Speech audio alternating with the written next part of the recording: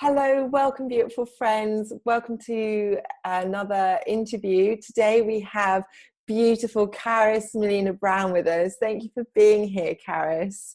Charis, if you haven't come across her yet, is a holistic living guide, and she teaches workshops and has a really amazing YouTube channel, which I found 5 or 6 years ago. So I'm super excited to be chatting with you today.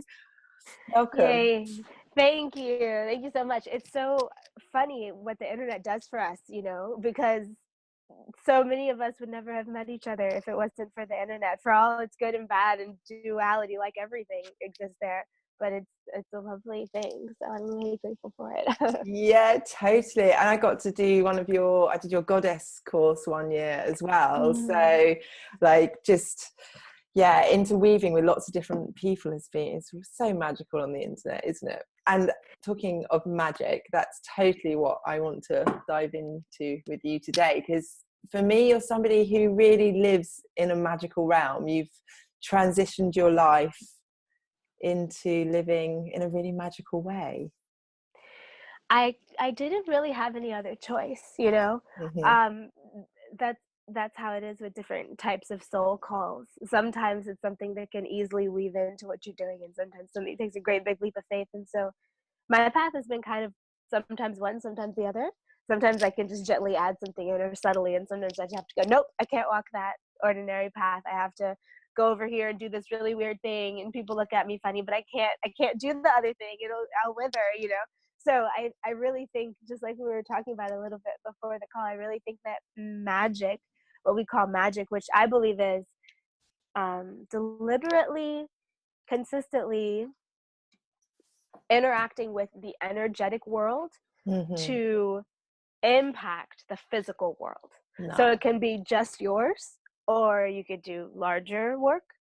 And the concept scares a lot of people, I think, because it's so close to the realm of imagination. I mean, even think about the word imagination.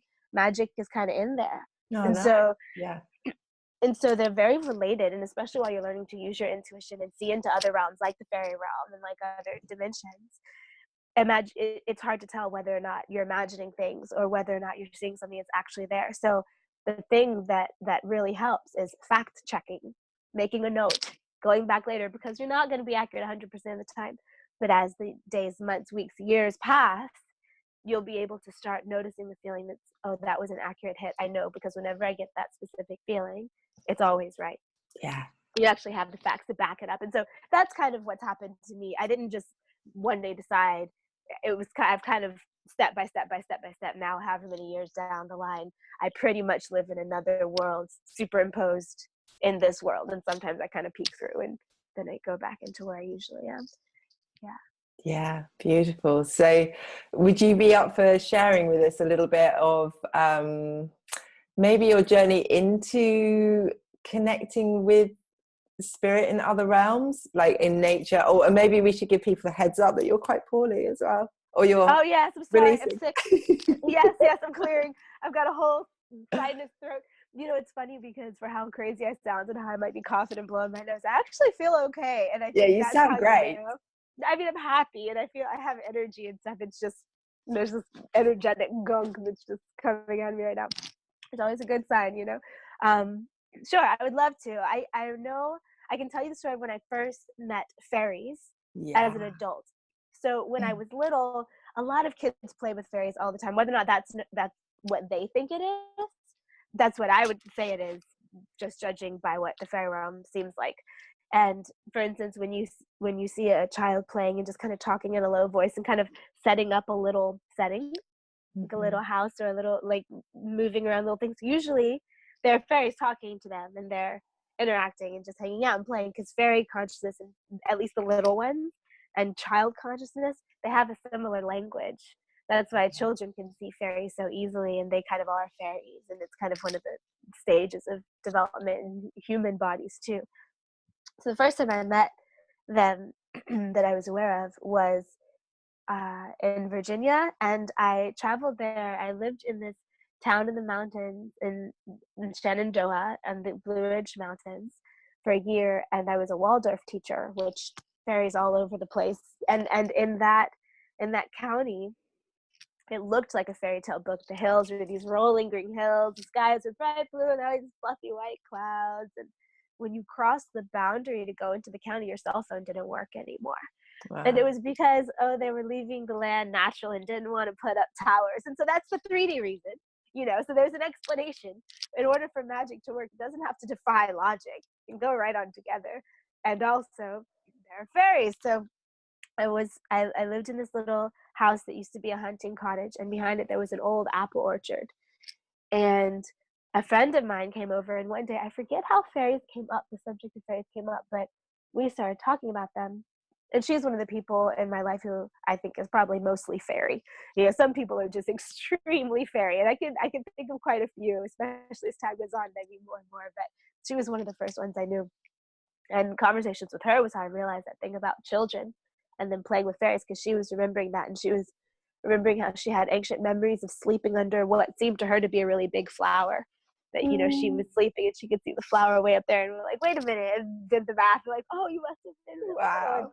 yeah. So again, it's very fanciful, and it didn't make huge changes in our physical life. That's not why we did it, So when I first went to the land, I took a smudge, and I walked around the border of the yard, because anywhere that I live, it's usually important for me to keep the perimeter. And that's something that everyone can do. You just imagine that your energy is going out and kind of making a dome above and a dome below, and you're filling it with the energies you want in your living space. So like health and healing and nurturing and peace and whatever it is you want, protection, whatever it is that you want. And so I did that, and I felt myself being observed a lot. And it wasn't an energy I was used to. This is right after I'd started knowing about the existence of extraterrestrials. So I was very much on that track. And then this other elemental realm reared up, and I was like, oh, because I had believed that there was, for instance, the spirit of the plant or the spirit of the tree. But as far as classic fairies who wear little dresses and fly around with their little wings, I didn't believe that they were real as an adult until this year. I mean, that year. I'm sorry, I have to blow my nose because we decided we'd just keep this really real today, so we're just letting Charis be totally real. It's great. I think this is really good, like permission for everybody to be totally themselves, however they are. And just before this call, I'd had a session as well, and I was like deep in tears, and so we're both choosing to show up like in our we're state. humans. Because I mean, I don't think that's the nice thing about our jobs, is that in this way is that no one's going to get really offended. I'm not contagious to you. No.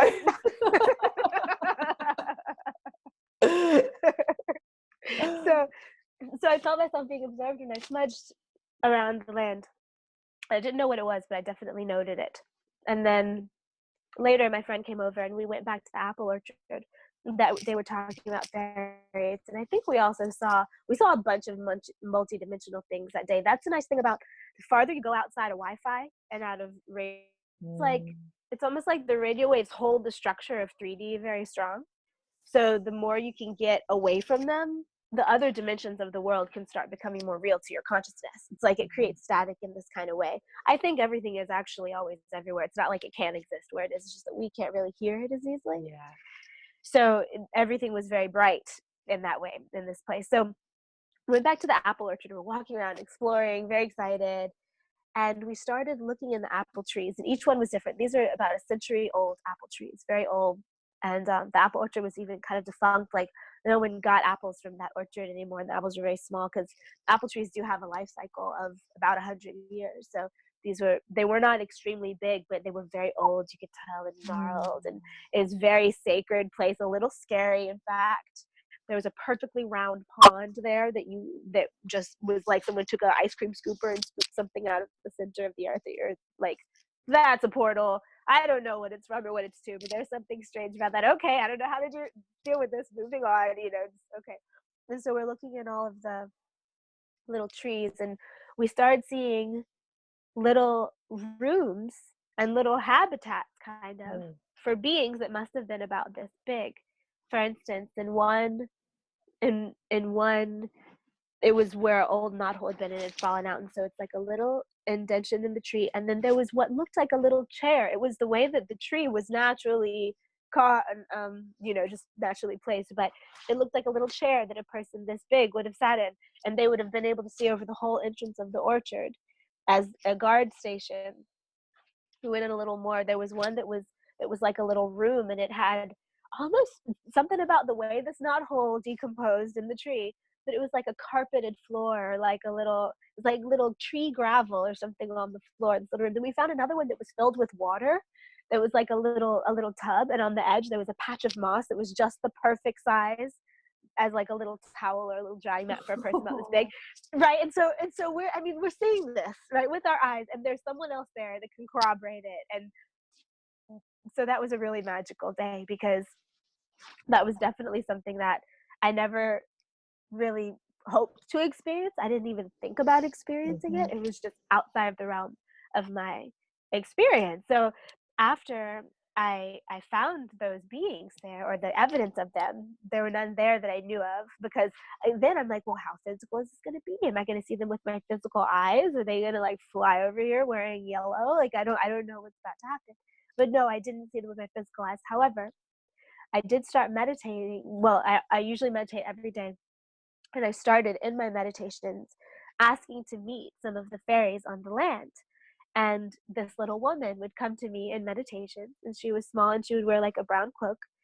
And in my imagination, or in a meditation, we would go into one of the trees outside my house. And she had a little cottage in there, like lived in the tree. And she gave me this cup of liquid, and I was like, oh, thank you. What is this? And she said it was tree bark tea. That was so cute. These funny little things that you're like, okay, I don't know that my imaginary brain would have thought of a little thing like that, And she taught me a lot about home and about grounding during the year that I lived there. And even when I was going to move away, I asked her, will you come with me when I go, or will you stay here? And she's like, no, I'll stay here. We're just neighbors. So, And so a lot of really cool experiences like that. And the interesting thing about the fairy realm, I find, is that it's a whole happening realm on its own. It does not need human attention. And so you need to give them respect in order for them to really connect well with you. And they're strong. They might be little, but they can make storms.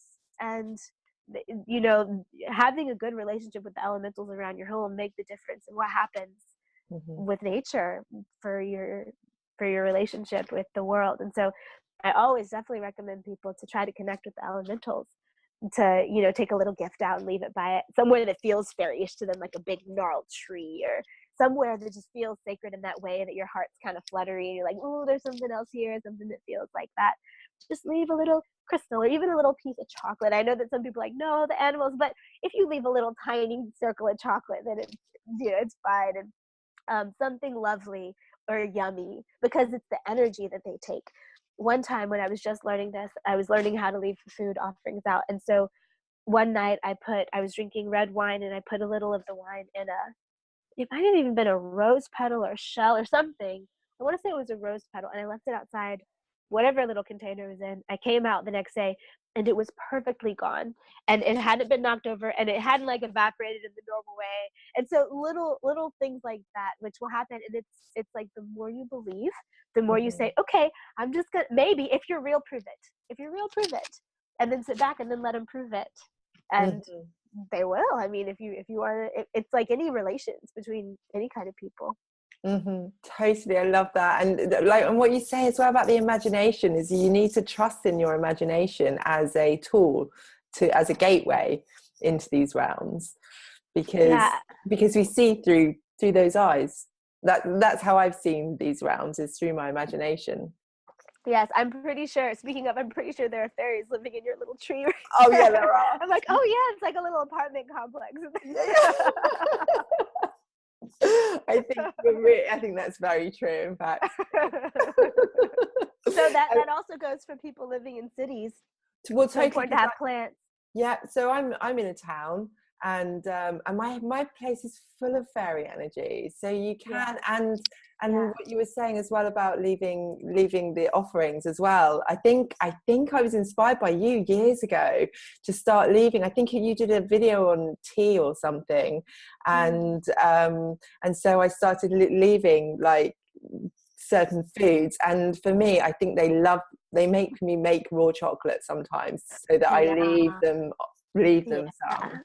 Yeah, and raw chocolate is so easy to make. When I was a little girl, I had a wish that when I was a grown-up lady and I had my own house, I would have it in the kitchen that you could open the cupboards and it would just be row after row of chocolate icing.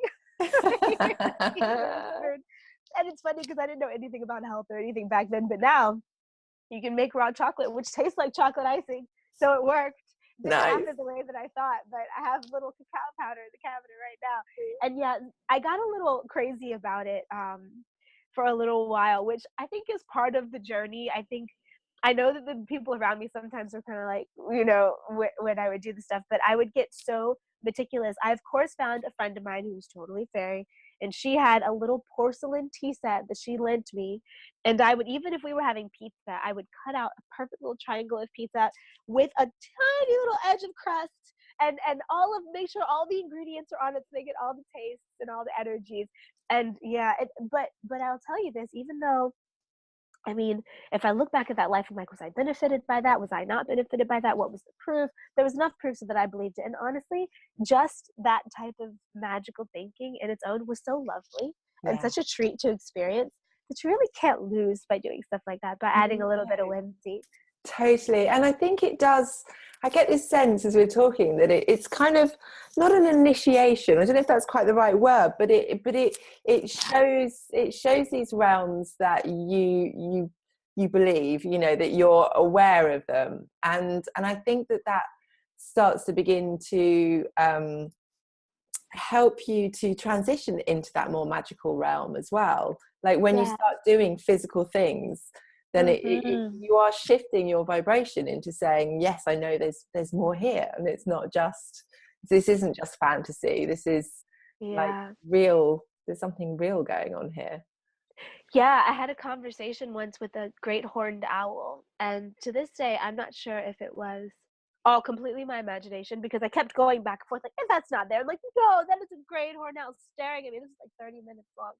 Wow. And I'm having his voice come into my mind. It was on my 30th birthday weekend, and I was not sure the whole time. And at one point he said to me, because he was being a little snide to me the whole time, like he was talking to me, but he was a little snide. And at one point near the end of that conversation, I asked him, why are you a little jerky to me right now? Like, what's the deal? He's like, well, at least I actually believe I'm talking to you. I was like, ooh, okay, touche. I can't really say anything. But I really think bringing it into the physical, if you want it to come physical, so many people are like, make it physical, then I'll believe it. Make it physical, then I'll believe it. First off, some of the stuff just isn't physical. No. And also, you then do your part to make it physical. Just like you're saying, one of the things I will say that helped me really believe that was true and not just my imagination or random coincidence or whatever, was that I found some books about the fairy realm. And I forget what they're called. There was one that has been out since the 70s, and it was revised a couple times. I'm sure you could search it. I wish I remembered the title. It was 7 years ago. And I started looking through the book, and some of the experiences that they were talking about in the book I had. Oh my God, I've had exactly the same experience. Yeah, I love it when that happens. And then I would go talk to, the people at the grocery store or something, and I would mention fairies, and normal people would just be like, oh yeah, there are fairies in my garden or whatever. Kind of like it is in Ireland or Iceland. These places, they believe in nature spirits that are more human-like than, a hurricane or something. And it's just a way of life. And I think that it benefits. I think that if someone is called toward it, do it, because also it's an archetype. So we're all part of that too. And a lot of times as we grew up, the part of us that was that kind of got a little squished, like, don't skip. Don't, you cannot skip down the sidewalk if you are a lady. Like things like that, which I would skip down the sidewalk. That was one of the most magical things that year, was whenever I'd have like my little kindergartners, or I taught the different classes, the different grades. So we'd all be walking down the hall very silently, because the other classes are in session. And then I would just start skipping down the hall, and all the little kids are, like, and then they would start, and we're still being silenced, so we're still following the rules, and they weren't hooting and hollering and didn't break anything, but those little bits of whimsy, I think that's what our world needs in order to heal.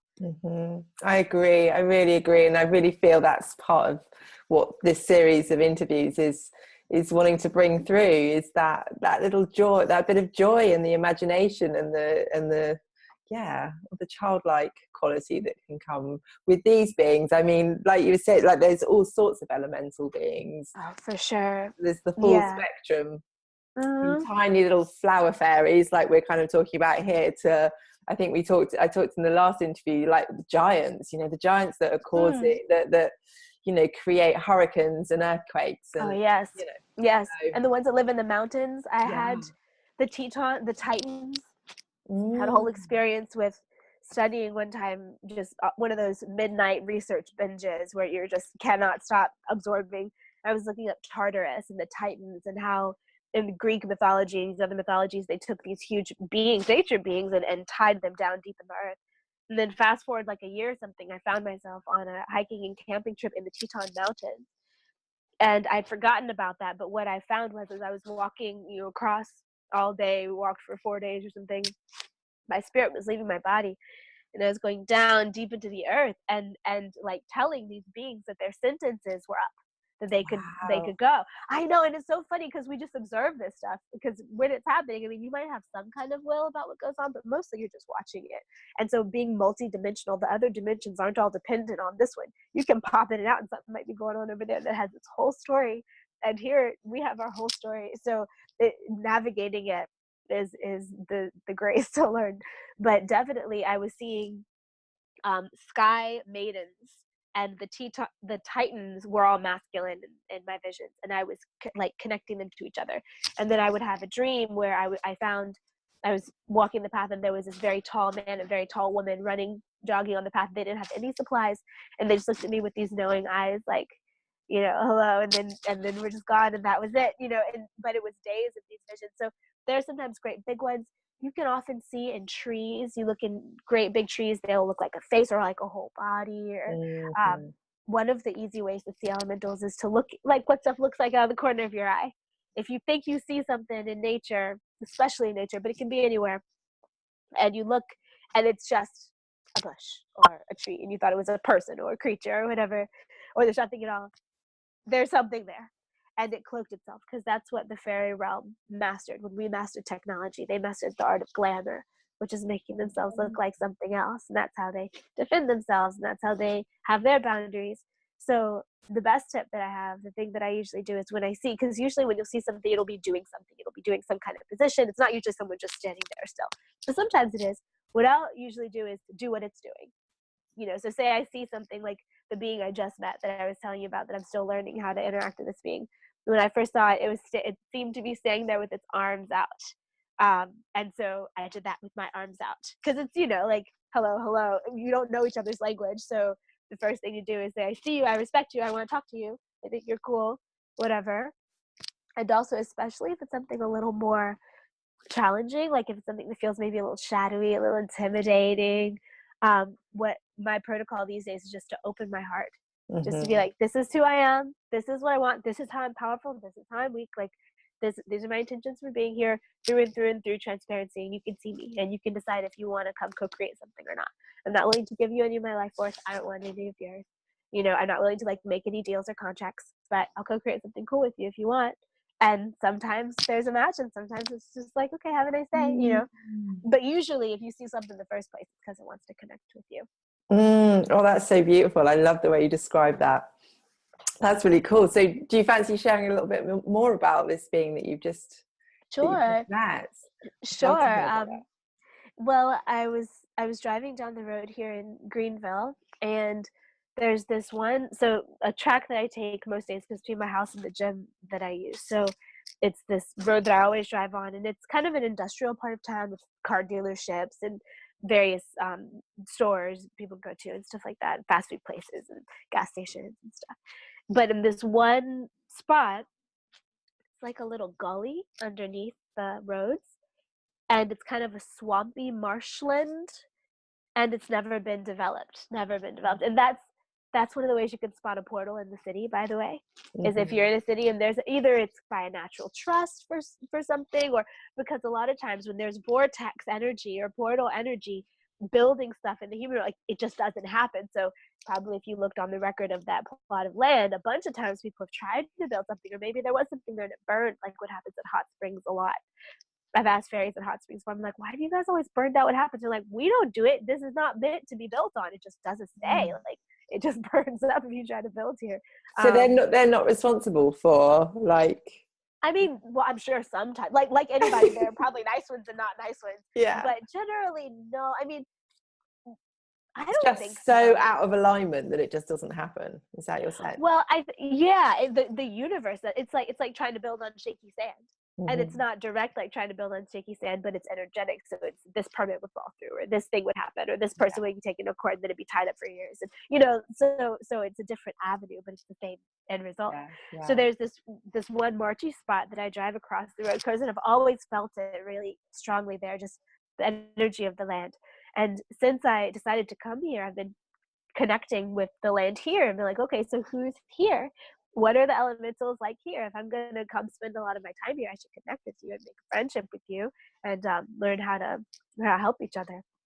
And so I'd been requesting this for a good few days at this point. And I remember thinking before I met this being, as I was driving over these marshes, that because it's only maybe 3 blocks long. It's not long, but it goes a little far in either direction. But that's just city, town, and I remember thinking, if this city wasn't on top of Greenville, this is what Greenville would be like right here. Because, they build to the edge of where they can't build anymore in these places.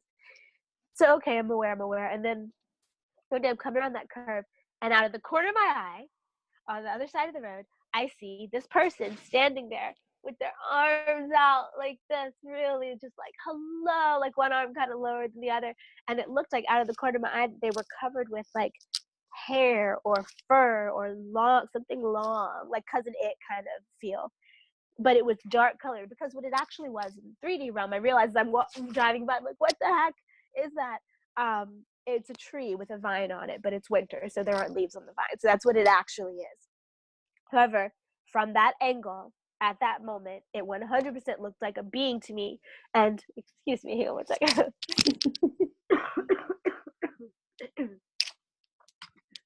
Okay, so for that one moment, it definitely was that no question in my mind. So I recognized, okay, and so I'm driving my car, so I can't exactly do the whole monkey see, monkey do thing, but I did a little, as much as I could, with the spirit of hello.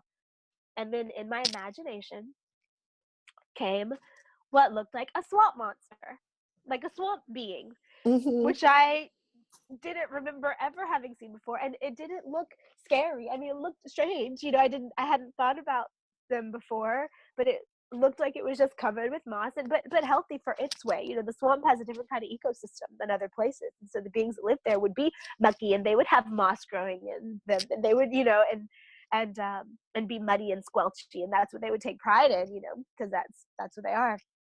And so I was very flabbergasted by that. And then I remembered being a little girl and my mom watching this TV show called Swamp Thing in the 80s or maybe the 90s. I don't know if you remember that. It was, I don't know, some random TV show. My mom liked it. And so I came home and she was around. And I was like, Mom, do you remember that show Swamp Thing? I think I just met a swamp monster. My family's used to me by now. I'm like, okay, some weird stuff's about to come down me. Just so you know. I think something happened. I had this vision. I'm trying to understand it. And I said, can you tell me about swamp beings? And she said, well, the TV show was just one guy who was a researcher trying to fix the swamps, trying to save the swamps from like the scary polluted people. And he somehow had a reaction with some kind of toxic ooze, whatever, and turned into Swamp Thing. But it was only one. It wasn't like a whole race, but he was there to protect the swamps, and he was there to, make sure they stayed safe and healthy. And I was like, okay, well that makes sense. But it did to me feel like I had seen one of a race of beings. But that's okay because that's how much it came through my reality. Then a little bit later, I remembered that the first time I lived that I knew of by a portal like that was when I was in graduate school in Florida. And there was an undeveloped plot right next to my house, and stuff was coming in and out of my house all the time. And that was when I was definitely leading a double life. Only my closest friends knew about the whole magical side of my life. by day I was, a grad student and all that entailed. And so one morning I remember waking up in my bed and there was a window right behind my bed, and there was what I now realize is one of those guys, but it looked to me like a big hairy thing looking right at me through the Wow. window, and it terrified me. So I cleared it like it was something bad. I cleared it. I was like, "You gotta go, get out of here," like you would if something was mean. Although to this day, I don't really know if it was mean or if it was just saying hi. And there was a vortex right next door, so it might have just been like passing through on its way out of the airport or whatever.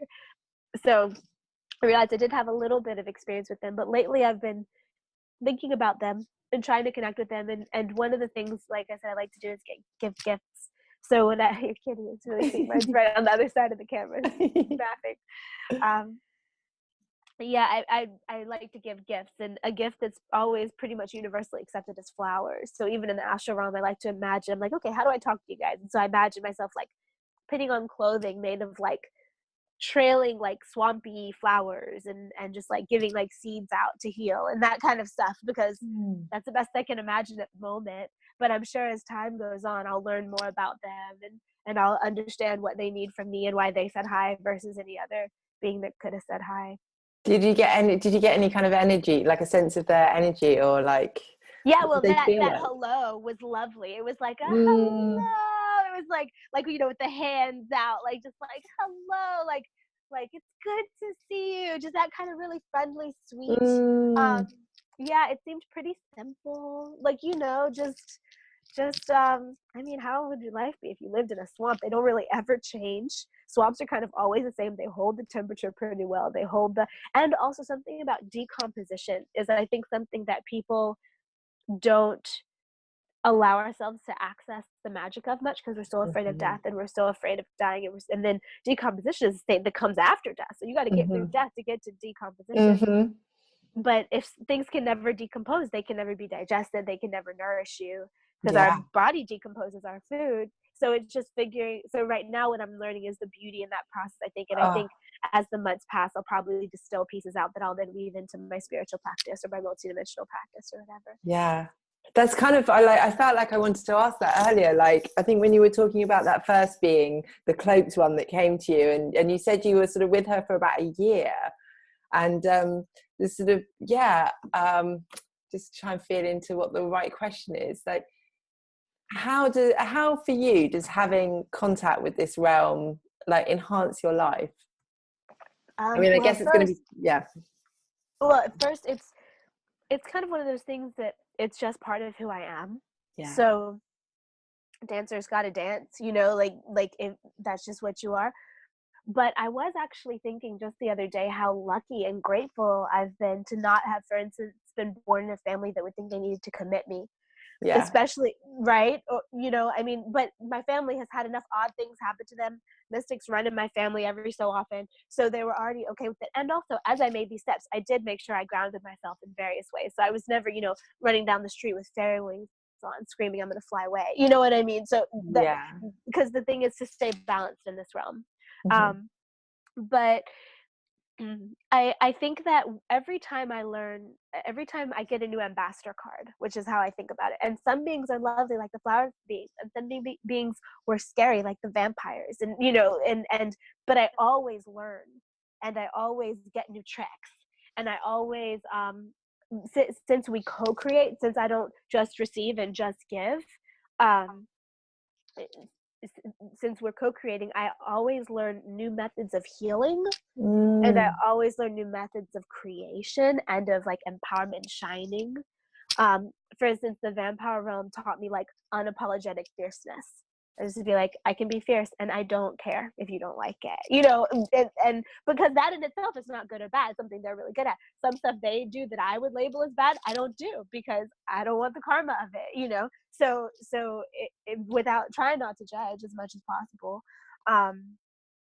But I definitely know that I feel like my rules for first are, but foremost are ambassador and healer, and kind of just making it okay for other people. So I feel like I'm way, way, way out in the fringe, and most people don't mhm. come live here because it's the fringe, and most things aren't on the fringe. Most are more integrated, less obvious, Like, I doubt someone would need to cut a perfect little pizza slice for the fairies every single day.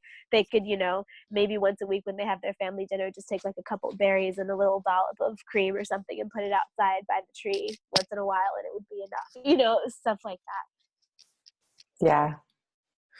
Yeah, great. So I'm just going to feel into where else this wants to go today.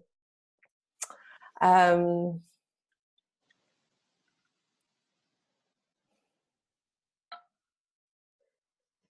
don't know. That's unusual. Usually I'm like, I feel really clear on where to go with it. Would you like to pull a card? I could pull out the card. Yeah, do that. Okay. That would be Yay. fun. I meant to before the call, and I didn't end up having time, so this is perfect. And this is one of the most fairy decks that I have. It's the Magic of Flowers deck. It's this one. Oh, I love these. I mean, I don't have them. I've seen you doing. They're some of my favorites. They're beautiful. They're so just magical and accurate and powerful, but gentle. And that I really like. I appreciate gentle power rather than always needing to kaboom. Yeah, me your too. Way through. Yeah, so you're always learning better. I'm trying to practice more. Let's see. Okay, so the card to assist us with our journey through and to enhance the experience of everyone who sees it. And here's the message. Surrendering, asking for divine guidance. Frisia. Lovely. I love it because a lot of these, and of course I opened right to the page. I love it when that happens. Yeah. So Frisia is necessary change. Frisia's magical specialties are clarity, courage to make necessary changes, healing depression, self-love, removing blocks, transmutation, and womb healing. Just have to laugh. So I just had a session before this. I received a session from somebody, and those were like all the key points. Like, love it when that happens. Yeah, that's really funny. Perfect. Oh, that's great. Even if it seems frightening or uncomfortable, a fundamental change is in the works, and it will ultimately be highly positive. For example, it might be time for a move, a career change, a breakup, or a breakthrough. And just like the caterpillar goes through an unthinkable struggle to become a butterfly before even knowing why or what it's all about, the initial harbingers of a forthcoming positive change can often feel distressing, painful, and confusing. While it's natural to feel unsettled during times of change, tap into that deep, wise, eternal awareness that transcends your worrying mind and allow it to comfort and nourish you during this challenging time. Once you've grounded in this wisdom, do your best to surrender to the changes. Take a step out of your comfort zone, try something new, be honest about your true desires, and trust that it is safe for anything that is out of integrity to fall away. Remember also that even the most positive changes possible can be highly stressful as they occur and during the time leading up to them. So even if you're undergoing a dearly desired change, don't judge yourself if you find yourself feeling frightened, overwhelmed, or in any way less than wonderful right now.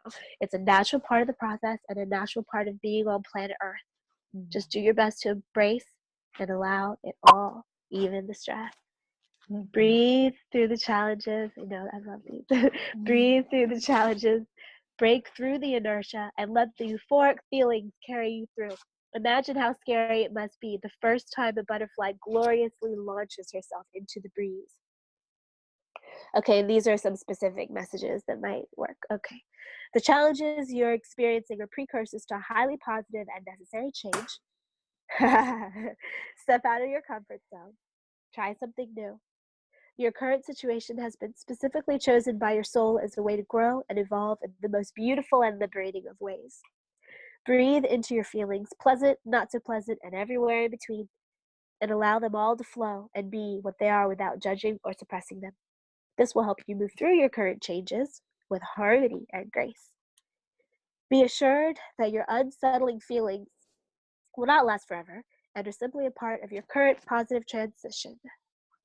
Visualize and feel your most positive possible outcome as if it's already true, and let the euphoria of following your heart's desire carry you through.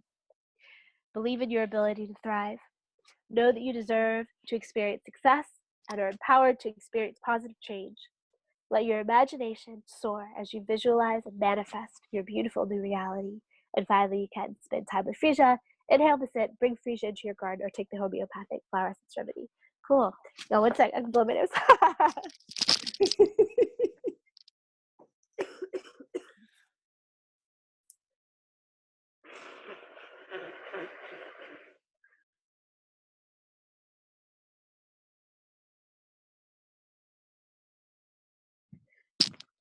Oh, sinuses. Okay. So I love these cards. I love the little face on it. And the cool thing that I always think about the butterfly and the caterpillar is the caterpillar, you know, when it goes into the cocoon, it doesn't just grow wings. It dissolves completely into goo. It's Into goo. incredible, isn't it? Its brain dissolves, its heart dissolves, its skin, everything is green goo, and then it reforms. And so you think from the perspective, I mean, I think that it probably just goes to sleep and has some crazy dreams from its perspective. But physically, I mean, sometimes you're just in the goo stage. I love this because this is totally in keeping what you were just saying about the swamp being and the like and the decomposing. And in the session I just had, I had to let myself be completely destroyed and explode in order to transform. Yeah. Like it turned out my worst fear was being found and annihilated. So the woman was like, right, let it happen. And I was like, oh my god. And so that like complete and doesn't Earth teach us that? Like that's what Earth is, isn't it? Like the whole of our reality is on top of a soil, which is decomposed life. Yeah, and we need it. We need it to work in order for our food to grow, in order for ourselves to grow. Okay, so I have one more story about fairies that you definitely reminded me of just now when you said the thing about exploding. I had a dream a few years before I moved to the fairy house that I lived in, that I was being chased by angry fairies. And I didn't remember ever having had a dream like that before. I was being chased by angry fairies, and I was trying to get away from them, And then finally I exploded into a million bits of light. And I hung out, hid in like the shadows the bright spots on the leaves, and just diffused myself into a bunch of light. And that's how I stayed safe. And a big figure in the dream was this old red pickup truck that I was like driving at first, and it was something, and then at the end of the dream it turned into this beautiful planter overflowing with flowers. So I knew whatever the task I had done in the dream was completed. But I had forgotten about that dream for a couple years. And then I moved to this fairy house, and one day I was walking down the path by my house because you had to drive down a gravel road to get there. And I remember the dream, and at that moment, I looked into the woods, and there was an old, rusty, red pickup truck sitting there exactly in my line of sight that I had not noticed before, but that had obviously been there for a very long time. It's all overgrown. About knocked me over. And also the day after the orchard experience, I told one of my friends about it. Oh, where'd you go? Hang on. Let's see. I see. I don't know how that happened. Just a minute. I think I accidentally hit something I shouldn't have hit on the keyboard. Okay. Okay, there we are. So I told a friend that I grew up with about it. I said, okay, so I think there are fairies behind my house. And she goes, well, Charis, she's kind of used to it by then. She goes, well, if you start telling me there's unicorns, which I do now believe in unicorns, funnily enough, but at the time, not yet. Then I'll worry. So, okay. So I tell her this whole story because I was on the phone with her, so I don't tell her it was a crazy thing that happened to me that day. She shakes it off. She's a very grounded person. She's like, whatever, okay. Just Charis and more of her weirdness. And then the next day, she goes to a parent-teacher conference for her daughter. And her daughter's teacher was the same teacher I had when I was in the 4th or 5th grade, wherever age it was. And she said to my friend, you and Charis are still friends, right? Because Facebook and all that kind of stuff. Because I have a painting that I've had on my wall that she painted for the past 20 years, and I would like to send it through you to come to her. And she gave it to my friend, and my friend sent a picture the next day. And I do eventually have it in storage somewhere. And it was a white flower open with a little girl wearing a white dress standing on the flower and yawning like she had just woken up. Wow. So synchronicity, synchronicity, synchronicity, you know, that's the nice way that you get validated. And you're like, okay, this is an interesting thing. I might not understand it now, but I eventually will. Yeah, totally. Oh, I love it. I love it. And I love the synchronicity with working with this realm, because that's the way it speaks to us, right? Like in our physical reality, it brings things to us and shows us things. And I really feel that they orchestrate a lot of our reality, which is, I think that was part of what I felt with talking to you as well, because you do use like manifestation for you is like kind of what you do. For me, I feel like you're an expert in manifesting. And well, thank you.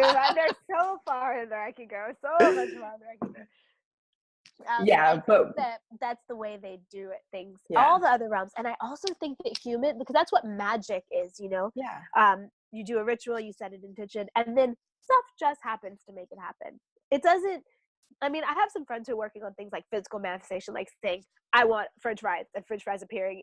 I mean, you can do that if you really want to focus on that. There are people who have, but usually that's not the way that it goes.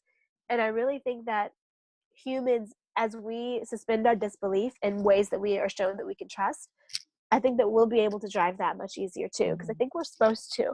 I just think it's one of the things that went silent when we found out that Santa Claus wasn't real. And, you know, the thing I feel about that is I think there is so much real magic that I don't think you have to manufacture Addie.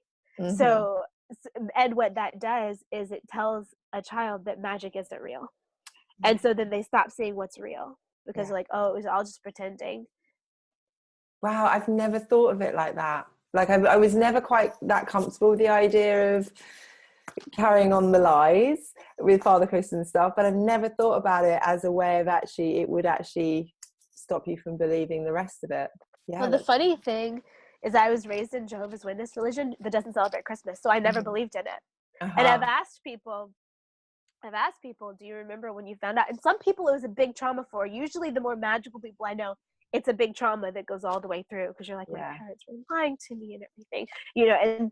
But some people, especially more grounded people who aren't very magical thinkers, are like, I just thought about how badass my parents were for having like done all that each year, you know. So it's not always a bad thing. But and after all that, and after a whole years of feeling strongly about it, in Sedona a few years ago at Christmas time, I feel this energy swirling in the sky. I'm like, what is that? Look up, and it's freaking Santa Claus. Like the energy is, and I'm like, okay, so I guess Santa is a thing. And so I started digging into it, and what I realized was it's an archetype. It's very strong during that time. So parents kind of do embody it. And I've heard people explain that in a way that I still feel like is a cop-out and them trying to be okay with a lie. But I also think it can definitely be done in a way that you're always telling the truth, and that it can make magic grow. And there's never this big letdown, because, you know, I've always said, this is actually the illustration I've always used, is that if a child runs in from the backyard and says, Mom, I see fairies in the garden, you can say, really? That's interesting. Okay. But you know who put those toys beneath the tree. You know, and then they can sense the lie, and you're screwing something into their mind that is not true, you know? So, I don't know, it's a personal choice, but that's how I feel about it. Because I think, because he's definitely fae. He's a fairy for sure. Yeah. There's so many different theories, aren't there, about where he originates from? Oh yeah, I don't even know. I mean, I've heard some of them, but I think that's the thing about like multi-dimensional is like it's in all the realms, and you can marble it through any of them. Yeah, that's what I love about these realms, and working with the different realms is the way everything merges together, and it actually isn't separate at all, and it is all interweaved, and it is part of our world already when we just whether we want to open up to it. What is the fairy story that you have? What? When you were talking earlier about your friend being beneath a flower, the memory, I had a dream. Jade, my daughter, her grandparents on the other side, her dad's parents, lived really close to Glastonbury, and I was opening up to the fairy realms at this particular time, and I'd gone into Glastonbury and I'd found a book by Doreen Virtue on fairies, and I don't know if I think I'd received a vision. Oh my God, I've got quite a few, but I'd received this vision of a spot on the tour which was the entrance into the fairy realm. I'm getting goosebumps. Yeah, it was really, I was at this stage in my awakening where I was getting so many downloads and visions, and this was a particular kind of like, oh my gosh, that's amazing. So I went there with this idea of wanting to connect. So then I found that book, and then that night I had the most incredible dream, and I've never had a dream like it before. It was kind of like being in a cartoon reality, like, because everything was so vibrant, and I was a tiny little fairy flying on the back of a bumblebee through the roses, and we were singing the bumblebee song, which I don't remember how it goes. That is so cute. It was so vivid and so bright and so real, and I've never had that experience again. It was really special. Yeah. Wow, that sounds like a memory or a multidimensional thing. I've heard such amazing things about bumblebees. Like, there's a book called Sunflower Houses that will appeal to the fairy, and it's just a how-to book with all these different magical crafts, like leaf crowns and a sunflower house. Now, how magical is this? I've never done it yet because I've never been in one place long enough to plant something and grow it since learning about this. But you plant a square with a hole in one side, one furrow, or you could do it round, I guess. That's, you intersperse a sunflower seed and a morning glory seed. And sunflower, morning glory in that row all the way around. And then as the sunflowers grow, the morning glories grow up around them. And then when they get to a certain height, you run twine in between them, and the morning glories grow, and it makes a little house for you to hang, for the kids to hang out in. Isn't that the most lovely? Wow. So, yeah, one of the things that this author said was that you can go out in the early morning and find, this is one thing she did when she was little, find the bumblebees asleep in the flowers because they don't live in hives. They sleep in flowers, and you can like put them in your hand and like pet them and stuff before they really wake up for the day. Oh. Isn't that the best? That is so beautiful. Oh my God, I've never done it, but I've read about it. I love bumblebees. Like, I do have a real affinity. When I see bumblebees, I feel the fairy realm, and I feel the elemental realm, and they're so sweet. They feel so sweet. They feel like the elephants of the insect world. Like, they're like wise in their way, and they're kind of lumbering, you know, but they get things done. They do. And I once heard they were originally called humblebees. I don't know if that's true. Oh, that's cute. I did not know. Cute. They say they're not supposed to be able to fly, you know, like the way, so it's magic every time they fly, according to what we think. Yeah. Oh, thank you for asking about my experience. That's really sweet. We all have such good ones, and you know, it's so funny because, and also we never know when the synchronicities are going to match up and be super intense. So probably people watching this, your story just lit up things. Oh, thank you so much for sharing some of your stories with us. It's so exciting. I just get excited every time to hear more people's experiences. And I love it. I think we all have it. And talking about it makes it more normalized. Totally. That's so my desire with this. And and then we can just enrich our lives with more magic and support their realms as well, is my sense. Yes. Wow. Yes, and on a more grounded level, I know that, you know, when things like big storms come through, when things like earthquakes or whatever it is come through, if you have a good relationship with the fae around, you can also help. Mm-hmm. You know, like you can, and I've seen this happen before, the stronger you can hold your spot of stillness, calm, healing, health, the less intense that big chaos will be. Mm-hmm. Yeah, definitely. And I was shown that in a dream as well. So they showed me, like, when the storms come, just stay centered and still. And I'm sure there's that like you were talking about, co-creation. We get to co-create with the elementals the more we get to know them. Yeah, they think of such cool stuff too. They think of things that we wouldn't think of. So it's fun to get that space in, I guess. Yeah, nice. Oh, thank you so much. Is there anything else you want to finish on before we go? Let's see. Oh yeah. self, like people can look up at the cloud people. Oh yeah, totally. Yeah, and just let your eyes relax and look, and you'll see some amazing things. And also, if people are trying to connect and they feel like they can't, just say, "Come louder, come stronger, come so that I know it's you, and come so that I can't explain it away." Nice. And I they can just like keep that. requesting louder, louder, louder, louder, louder. Yeah, and Nice. it will That's happen. really direct. Yeah. Great. And I love what you say about the clouds as well, because they are available to everybody no matter where you are. It's Yes. there. Yeah. Yeah. Beautiful. Oh, thank you so much.